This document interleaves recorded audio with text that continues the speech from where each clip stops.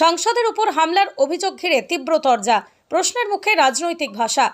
আরামবাগের রাজনীতি আবারও উত্তপ্ত। গতকাল তৃণমূল ও বিজেপির সংঘর্ষে রণক্ষেত্রের চেহারা নেয় গোঘাটের বার্মা এলাকা।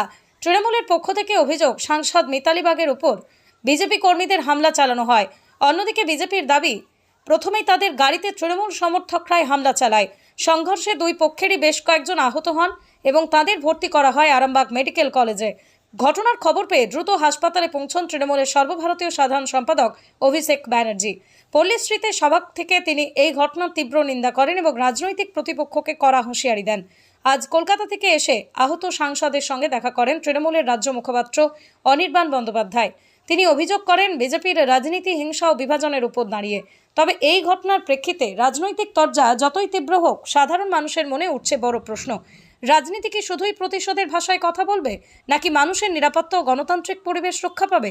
খবরটি ভালো লাগলে অবশ্যই আমাদের চ্যানেলটি ফলো, খবরটি শেয়ার করে পাশে থাকুন। আপনারা দেখছেন খবর আরামবাগ, যে কথা কেউ বলে না, আপনার পাশে, আপনার সাথে।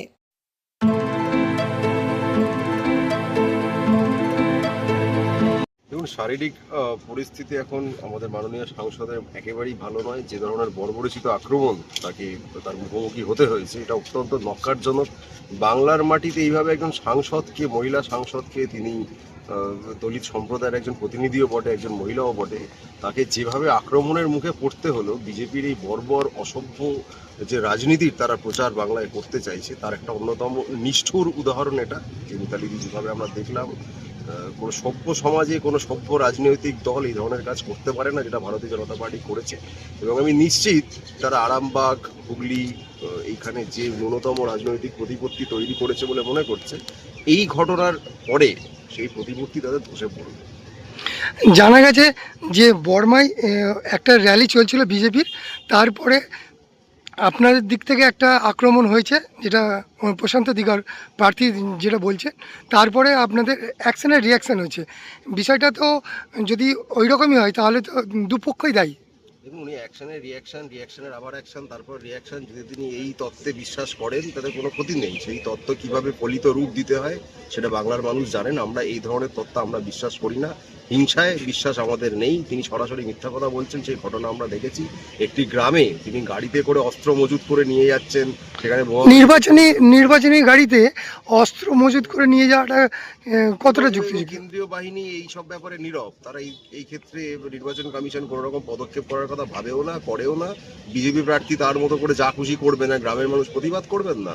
এবার সেইটাকে অ্যাকশন দেখিয়ে তারা আবার সাংসদের উপর আক্রমণ করে বলছেন রিয়াকশন হয়েছে। যা করছেন করে যান, কোনো অসুবিধা নেই। 4 মের পর যখন পরীক্ষা বাংলার মানুষ আপনাদের নেওয়া শুরু করবে, ফলাফল কি হবে আমরা জানি। অভিষেক বন্দ্যোপাধ্যায় কালকে এসেছিলেন, তিনি বললেন যে আরামবাগের স্টিয়ারিং আমার হাতে, জিতি কিংবা হারি বদলা হবে। 100 বার এইভাবে যে নক্কারজনক হামলা একজন মহিলা সাংসদের উপর, দলিত সাংসদের উপর বিজেপি করেছে, এর যদি কোনো রকম প্রতিক্রিয়া না হয় তাহলে বাংলার মানুষ আমাদের ক্ষমা করবেন না। বাংলার মানুষ চান এর প্রতিক্রিয়া হোক, এবং তারা যেটা চান সেটা আমাদের কাছে নির্দেশ সমান। আজকে মিতালি বাগকে কেমন অবস্থায় পেলেন? তার শারীরিক অবস্থা একেবারেই ভালো নয়। রীতিমতো তিনি অসুস্থ, চোট পেয়েছেন বহু জায়গায়, কিন্তু চিকিৎসা চলছে, ডাক্তারবাবুরা চিকিৎসা করছেন। আমরা আশাবাদী তিনি সুস্থ হয়ে উঠবেন। কিন্তু যে অবস্থায় তাকে দেখলাম, একজন সাধারণ মানুষ হিসেবে, দলীয় মতামত ছেড়ে দিন, একজন সাধারণ মানুষ হিসেবে অত্যন্ত বেদনাদায়ক।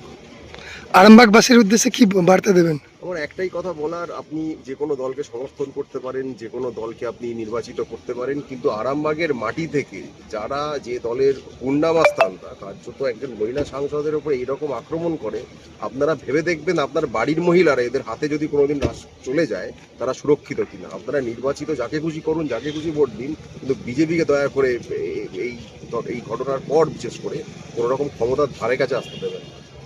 আপনার পরিচয়? অনির্বাণ বন্দ্যোপাধ্যায়, আমি মুখপাত্র সর্বভারতীয় তৃণমূল কংগ্রেস। ধন্যবাদ।